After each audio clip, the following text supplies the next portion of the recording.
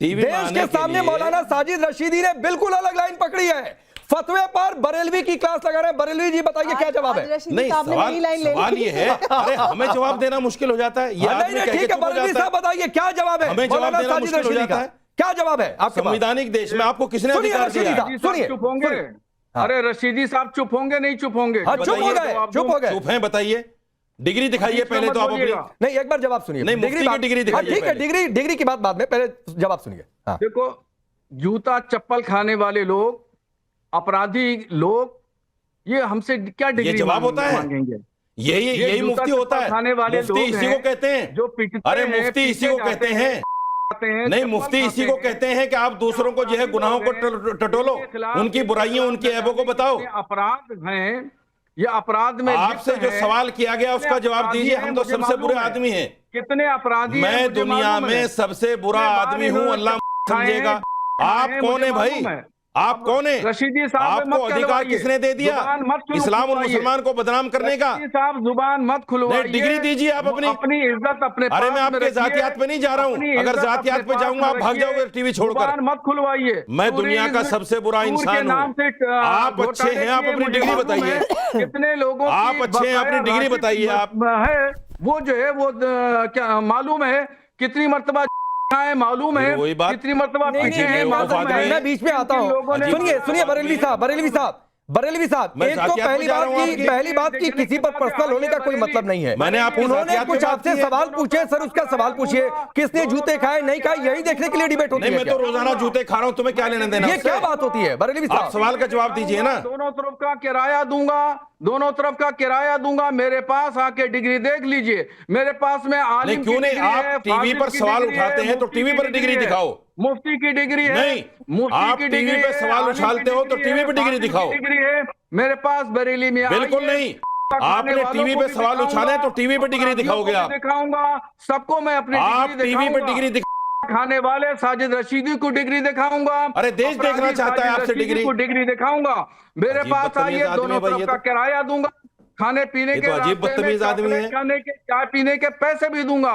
और मगर मैं कौन चाय पिएगा तुम्हारी भाई? एहतराम करूंगा। यहाँ कोई तुम्हारी चाय कौन पिएगा? आलिम फाजिल की डिग्री दिखाऊंगा, मुफ्ती की डिग्री दिखाऊंगा। पीना पसंद करे कोई? और मैं इज्जत करता हूँ आलिम दीन की। अच्छा ठीक, एक मिनट बरेलवी साहब, शर्म नहीं आती? बरेलवी साहब, एक तो रशीदी साहब ने पूछा कि भाई ऐसे फतवे जारी कर देते हैं आप, संवैधानिक देश में ऐसे फतवों की जगह है क्या? आप कहते हैं मुल्क संविधान से चलेगा, आप शरीयत की बात क्यों लेकर आ जाते हैं? और फिर कोई दूसरा कुछ आकर कहेगा तो आप कहेंगे देखो रे भाई ये मुल्क संविधान, आप चिल्लाना शुरू कर देंगे। तो एक संवैधानिक मुल्क में ऐसे फतवों की क्या जगह है? और मौलाना साजिद रशीदी की बातों का कोई जवाब नहीं, तो आप पर्सनल हो रहे हैं उन पर। नहीं, मैंने जवाब दिया है। मैंने कहा मैं आलिम दीन हूं, डिग्री दिखाऊंगा। मैं डिग्री मुझे नहीं देखना है। आइए, मुझे डिग्री नहीं देखना है। आपकी डिग्री असली है, फर्जी है, मुझे उससे आपने एक बात कही है और वो बात क्या सही है, मुझे इस पर डिबेट करनी है। और एक संवैधानिक मुल्क में जहां सभी धर्मों को समान नजर से देखा जाता है, जहां संविधान का हुक्म चलता है, आप कह रहे हैं शरीयत का हुक्म चलेगा? आप ये कह रहे हैं कि जाकर तौबा करें, कलमा पढ़े, नहीं तो गुनाह अजीम का शिकार है। नुसरत भरूचा, रशीदी का पक्ष मत लीजिए। अरे मैं किसी का पक्ष नहीं ले रहा हूँ, मैं किसी का पक्ष नहीं ले रहा हूँ। थोड़े दिन पहले आप कह रहे थे कि नए साल का जश्न मनाना नाजायज है।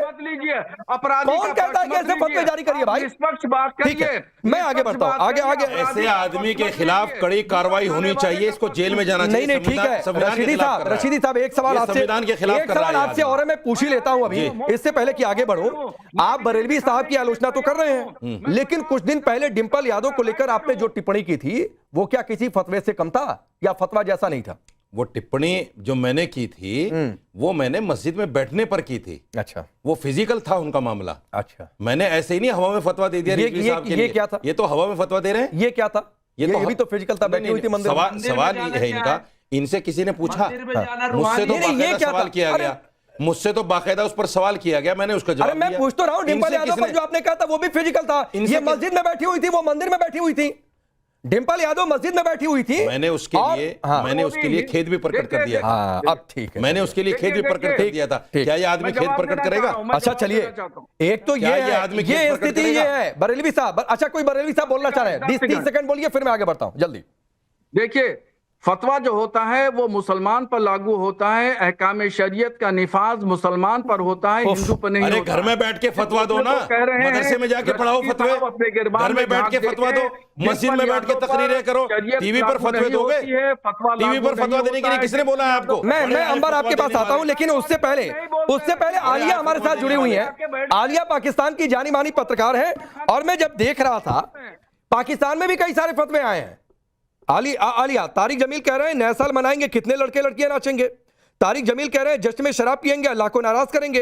तारिक मसूद कह रहे हैं हैप्पी न्यू ईयर के नाम से छोड़े लोग मजहब को नहीं मानते। लेकिन मैं तो देख रहा हूं पाकिस्तान में भी लड़कियां कह रही हैं कि कौन होते हो तुम फतवे देने वाले। जमकर जश्न हो रहा है, और तो धुरंधर के गाने बजे जा रहे हैं। जी थैंक यू वेरी मच। देखिए राकेश जी, इस बात पर ये जो कुछ इस वक्त हो रहा है नुसरत भरूचा के ऊपर और जो पाकिस्तान की लड़कियों के ऊपर जो फतवे लगाए जाते हैं और लगाए जा रहे हैं, इसके ऊपर दो राय है नहीं। मैं दो टोक ये बात करूंगी, ऐसे तमाम मौलवियों को पागल खाने में जमा करवाएं। इनको पागल खाने में जमा करवाने की जरूरत है, इनको जेल ना भेजें, आप सीधे पागल खाने में जमा करवाएं। इसकी वजह यह है कि ये मुझे वो आयत दिखा दें जहां पर ये लिखा है कि अगर कोई मुसलमान लड़की मंदिर में कदम रखेगी या कहीं किसी ऐसी जगह पर जाएगी तो उसकी वो गुनाहगार हो गई और उसके ऊपर ये लाजिम है। ये वो मौलवी हैं, ये वो मुफ्ती हैं जो कभी लाउड स्पीकर को हराम कहा करते थे और अब ये लोग लाउड स्पीकर इस्तेमाल करते हैं। ये मौलवी वो हैं जो कभी कैमरे को कहा करते थे कि ये हराम है। आज ये सब लोग कैमरे के सामने बैठकर फतवे दे रहे हैं। ये वो मौलवी हैं, ये वो मुफ्ती हैं जो कभी मोबाइल को हराम कहा करते थे। आज ये सब लोग मोबाइल इस्तेमाल कर रहे हैं और उसी मोबाइल को सामने रखकर अपने फतवे जारी कर रहे हैं। ये सब मौलवी जो है ना, ये डबल स्टैंडर्ड। बरेलवी साहब सुन लीजिए सर, मैं इसके बाद तुरंत आ जाऊंगा। आज आप ही मुझे लग रहा है कटघरे में रह जाएंगे जब डिबेट खत्म होगी। बरेलवी साहब 30 सेकंड सुन लीजिए आलिया को, फिर आप रिप्लाई करिएगा। मैं बारी बारी से तुरंत सबके पास जाऊंगा, ठीक है? जी मेरा ये कहना है, आप मुझे सुन लें। कभी आप पहले ये कहा करते थे कि लाउड स्पीकर हराम है, आज वो लाउड स्पीकर आप इस्तेमाल करके फतवे दे रहे हैं। कभी आप कहा करते थे कि कैमरा हराम है, आज वही कैमरा इस्तेमाल करके आप फतवे दे रहे हैं उसी कैमरे पे बैठ के। कभी आप कहा करते थे कि अमेरिका और यहूदियों के बनाए हुए मोबाइल हराम है, आज उसी मोबाइल को लेकर आप सबको नजर आ रहे हैं। ये क्या कर रहे हैं आप? डबल स्टैंडर्ड है आपके। जब आपके इस्तेमाल में कोई चीज आती है, आपको वो सही लगती है तो वो हलाल हो जाती है, और अगर वो आपके लिए नहीं होती, एक औरत के लिए होती है, खातून के लिए और महिला के लिए होती है, तो वो हराम हो जाती है। आप होते कौन है? ये 21वीं सदी है, 21st सेंचुरी में बैठकर आप पत्थर के जमाने की बातें करते हैं। पत्थर के जमाने के वो तमाम आप रिवाज लाना चाहते हैं जिसमें आप औरत को पत्थर मार के संसार करना चाहते हैं। इसलिए मैंने कहा कि इनको पागल खाने में जमा करवाएं। ठीक है, अंबर जैदी आपकी क्या राय है? अंबर जैदी आपकी क्या राय है? ये फतवे पर फतवे। थोड़ी दिन पहले बरेलवी साहब कह रहे थे नए साल का जश्न मत मनाइए, आप कह रहे हैं नुसरत भरूचा शरीयत की कस्टडी में। अल्लाह जो कहता है कि जो अल्लाह नियत को जानता है, हमारे दिलों को हाल को जानता है, तो मेरे समझ में नहीं आता। वैसे भी हमारे इस्लाम में तो मुल्ला मौलवी का कोई कॉन्सेप्ट ही नहीं है, तो ये बिचौलिए कहाँ से आ जाते हैं अपनी मौजूदगी को दर्ज कराने के लिए। हर दूसरे दिन कोई पागलों वाली बात बोल देते हैं टीवी पे बैठकर। यही परसों बोल रहे थे बरेलवी साहब कि भाई हमें यहूदो नसारा की नकल नहीं करनी चाहिए।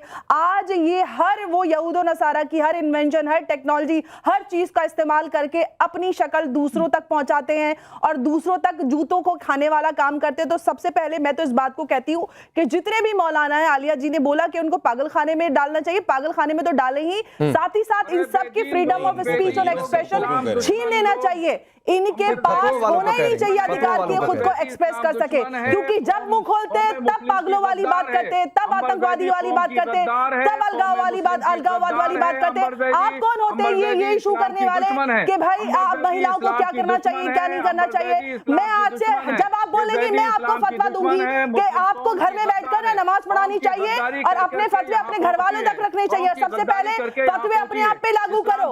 आप खुद क्यों फॉलो नहीं करते हो इस्लाम की बातें और इस्लाम को बदनाम करने के लिए टीवी पे आके बैठ जाते हैं? शर्म नहीं आती?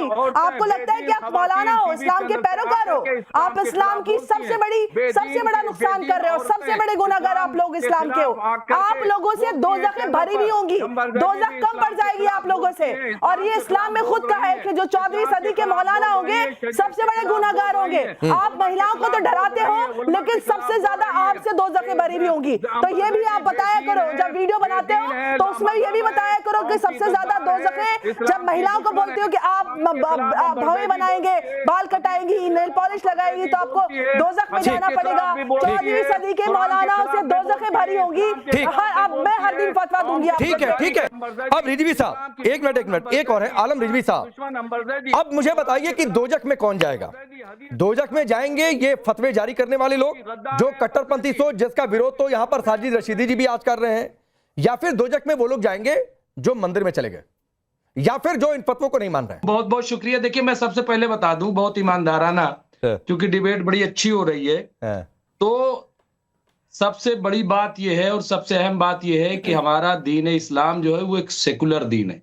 मैं आपको बता रहा हूं, सेकुलर दीन है। और सेकुलर कैसे है मैं आपको बता रहा हूं। बिस्मिल्लाहिर्रहमानिर्रहीम, लकुम दीनकुम वलिय दीन। हमारा दीन हमारे साथ, आपका दीन आपके साथ, और यही सेकुलरिज्म है, सिखाता है। और दूसरी चीज कहता है कि ला इकराहा फिद्दीन, दीन में किसी किस्म का जबर नहीं है। तो ये बहुत पढ़ी जाने वाली आयतें हैं, इसमें बहुत ज्यादा वो नहीं है। तो इसलिए हमारा दीन एक तो सेकुलर है और दीन आजादी देता है, लेकिन जिस इदारे में और जिस इंस्टीट्यूशन में हम हैं वो हमें जरूर फॉलो करना पड़ेगा। आपने पूछा कि क्या सजा है, मैं आपसे पूछता हूं, नवरात्र में कोई मीट खा ले तो क्या सजा है? आप बताइए, दलित अगर वेद पढ़ ले तो उसकी क्या सजा है? कोई सजा नहीं है, वेद कोई भी पढ़ सकता है। अगर मंदिर जलेबी बना रहा है नए साल में बांटने के लिए। बड़ी अच्छी शुरुआत की, लेकिन साथ-साथ आगे भाई सुनिए, आप बताइए, मुमताज भाई सुनिए, अपनी असलियत पे आगे। अरे मुमताज भाई सुनिए, शुरुआत अच्छी की, चलते असलियत पे आगे। एक सवाल मुमताज भाई एक मिनट सुनिए, एक मिनट सुनिए तो सही, एक मिनट सुनिए तो सही। एक आदमी दूसरे इंस्टीट्यूशन में है, एक आदमी फिल्मी लाइन में है, एक्टर है, अदाकार है। रशीदी साहब सुन तो लीजिए मैं तो ना, इस सुन तो तुलना के लीजिए। खिलाफ हूं। अरे नहीं, मैं तो इस तुलना के खिलाफ हूं। अरे वो अदाकारा है, अदाकारों का कोई धर्म नहीं होता। 30 सेकंड और देता हूं, एक मिनट, उसके बाद मैं झावेरी मैडम के पास जाऊंगा। अंबर होल्ड ऑन। नहीं सुनिए, एक तो अलबत्ता मैं आपकी इस तुलना से बिल्कुल सहमत नहीं हूं कि आप एक धर्म की तुलना आप कहें कि मान लीजिए कि आप इस्लामी मुसलमान हैं और मान लीजिए कि आप डीयू, ये कौन सी तुलना है भाई? यहां धर्म की बात धर्म तक रहने दीजिए, डीयू की बात डीयू तक रहने दीजिए। आप एक लाइन में बताइए, आप एक धर्म कुछ भी नहीं है। नहीं एक मिनट, रिजवी साहब मार रहे हो भाई। एक तो बरेलवी साहब का फतवा क्या आपकी नजर में ठीक है, पहली बात, और अगर ठीक है या तो आप विरोध कर दीजिए रशीदी साहब की तरफ, और अगर ठीक है और शरीयत की कस्टडी में है, गुनाह अजीम का शिकार है, तो क्या सजा मिलेगी मुझे बता दीजिए। क्या कहती है वो हम भी जानते हैं, लेकिन सवाल ये है कि उन लोगों पर जो नास्तिक है, जो नहीं मानते, आप उनको कैसे मनवा लेंगे डंडा लेके? एक मिनट प्लीज, संविधानिक देश में। रशीदी साहब अंबर अभी सिर्फ 30 सेकंड रिजवी साहब बोलेंगे। नहीं बताएगा शरीयत, और क्यों न बताए शरीयत? टीवी पे बताओगे बैठ के?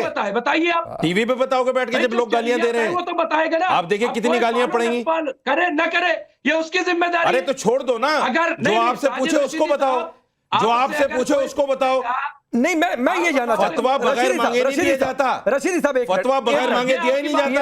इनसे पूछो किसने मांगा फतवा। एक minute PhD degree holder Rizvi साहब से मैं एक चीज जानना चाहता हूं। फतवे का मतलब ही आप नहीं समझे इसका मतलब। फतवे का मतलब है जब कोई आपसे फतवा मांगे, इनसे पूछो किसने मांगा है फतवा। ठीक है मैं इस पर पूछो इनसे किसने मांगा है फतवा। मैं एक मिनट जबरदस्ती फतवा थोड़ा दिया जाता है। रशीदी साहब रुक जाइए, आज आप अकेले सब पर भारी पड़ेंगे मुझे पता है। रिजवी साहब, अरे रिजवी जी मेरा सवाल सुनिए सर। मुमताज भाई रिजवी एक minute please, Rashidi please hold on please. Rizvi ji अरे सुनिए, अभी मुझे सिर्फ और रिजवी को रखिए, मुझे और सिर्फ रिजवी को रखिए। मैं रिजवी जी आपसे एक चीज जानना चाहता हूं, आपने डिग्रियां क्या ली मुझे उससे लेना देना नहीं है। आप मान रहे हैं कि बरेलवी साहब का फतवा ठीक है। अब मुझे आपसे एक चीज जानना है कि मान लीजिए नुसरत भरूचा तौबा नहीं करती हैं, कलमा नहीं पढ़ती हैं, मान लीजिए कई सारे मुसलमान जाकर नए साल का जश्न मनाएं, बारात में डांस कर लें, सब शरीयत के हिसाब से गुनहगार हैं, ऐसे लोगों को क्या सजा मिलती है? मैंने आपको बताया ना, मैंने आपको बताया कि दीन इस्लाम वो है, मैं आपको बहुत आसान समझाता